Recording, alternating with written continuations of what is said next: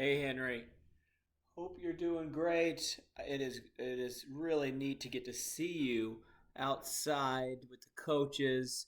Um, I hope you enjoyed getting to see some of your coaches and getting outside and feeling normal again. I know I'm kind of excited just to think about everything moving outside and getting back together, and I'm hoping you're feeling the same way. But at the same time, I want to make the most out of it, and I think I'm seeing some positive improvements here. But I do think we need to keep hammering home one of these concepts. But I hope you listened to the last one and you took my advice because it does look better here, and I want to kind of take a look at what you're doing and focus on what we talked about last week this week. So I've frozen the video on purpose because I wanted you to take a look at yourself and notice some of the improvements. Last week we talked about when your heel strikes the ground.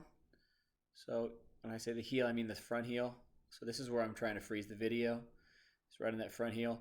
We want to look at what's happened to your hands. All right. So if we look at week one compared to week two, that's better. Are we quite there yet? Not quite with this one concept. So it's a timing issue as much as it is anything else. So when you start your hands through the zone has to be after your heel strikes and your hips move. So all of that has to be in conjunction. So if I look here back at, let's go week one, and your heel strikes, I mean, your heel's probably striking right there, really. I mean, you've really moved those hands down. So here, let's go back a little. Heel strike, probably right, it's tough to do because the ground's been there. Much better. I mean, 10 times better. Now, if we focus on the better one, if we focus on week two, so let's go back into your load. So you're into your load, and let's keep going. Hit right there. Hit right there. That's good. So that is much, much better. All right. Now, we're not quite where we want to be, though, because you're still starting everything a little too early. All right? Because when the heel strikes, you've started to come down. Let's try to figure out where you start to come there. You haven't hit the ground, and you've kind of started, and you're still getting this little bit of elbow drag, right?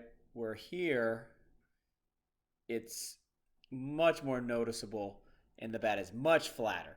So much improved. It looks like you've taken what I've said to heart, but we want to go back in and we want to really concentrate on keeping those hands just a little higher and keeping this bat path more direct to the ball. Okay? And you're going to do that by not starting your swing, not starting your hands to drop. We want to heel strike and then come direct to the ball. All right? We don't want any elbows in front of the knob in that swooping swing. And you have made nice improvements in week 1 to 2, and I can't wait to see you in week 3.